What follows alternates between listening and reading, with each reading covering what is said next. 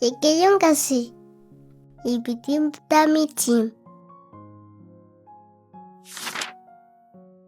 1 Corinthiens 12, 4 et 6. Or, il y a différents dons de grâce, mais c'est le même esprit. Il y a aussi différentes opérations, mais c'est le même Elohim qui opère toutes choses en tous.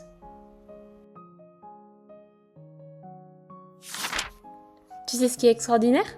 Le cœur bat, les poumons respirent, le cerveau réfléchit, et chacun fait quelque chose que l'autre ne peut pas faire.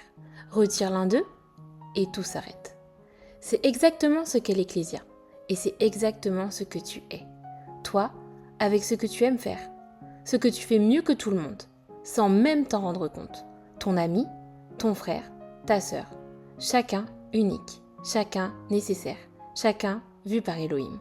Alors aime ce que tu es, aime ce que tu sais faire, et ne jalouse pas le don de l'autre, car lui aussi porte quelque chose que toi seul ne peux pas porter.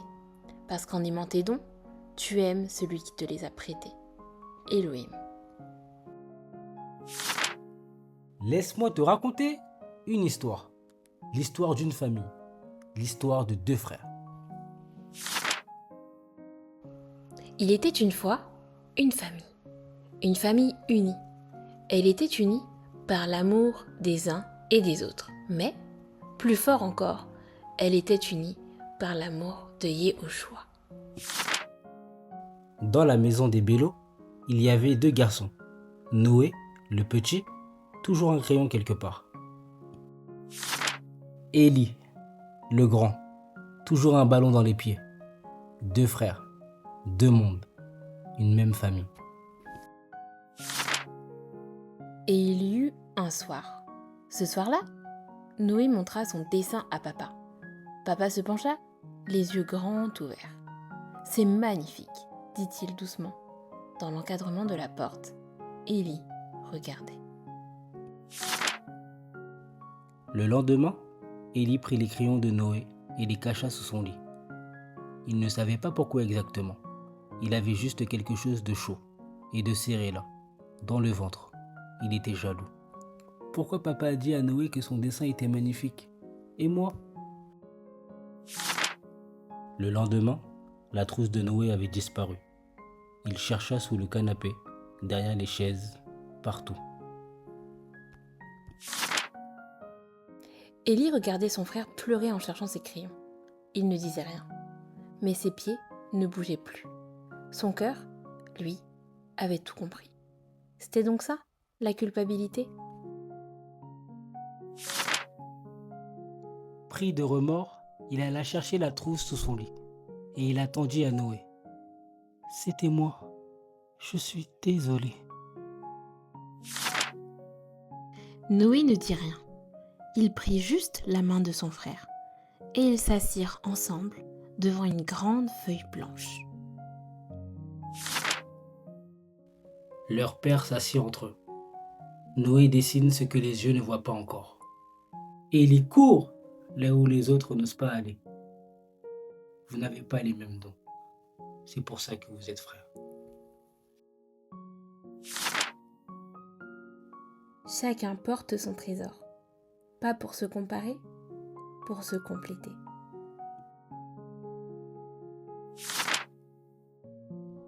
Tu n'as pas besoin d'avoir ce que ton frère a. Ton trésor à toi est déjà là.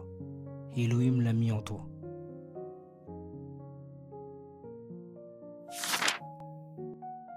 Pour aller plus loin, 1 Corinthiens 12, 4 et 6. Or, il y a différents dons de grâce, mais c'est le même esprit.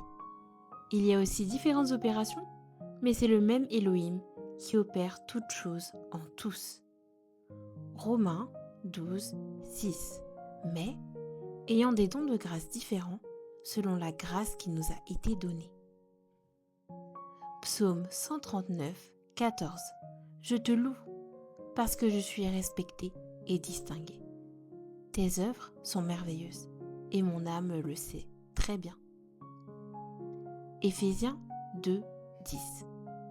Car nous sommes son ouvrage, ayant été créés en Mashiach, Yehoshua, sur les bonnes œuvres qu'Elohim à préparer d'avance.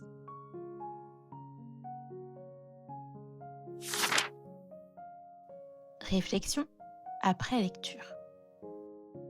Pour les tout petits, 3 à 4 ans. Est-ce que tu as déjà été jaloux de quelque chose que ton frère, ta sœur ou ton ami avait? Qu'est-ce que tu aimes faire, toi? Quand tu fais quelque chose de mal, comment tu te sens dans ton cœur?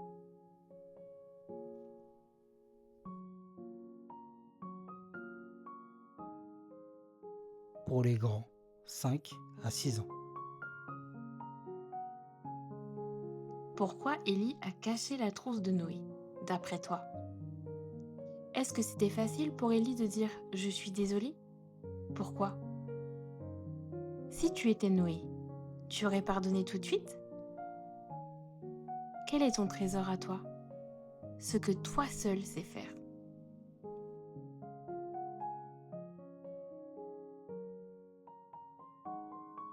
Pour l'adulte qui relit seul. Est-ce qu'il y a quelqu'un dans ta vie dont tu jalouses le don? Quel est le talent naturel, le don ou les dons qu'Élohim t'a donné?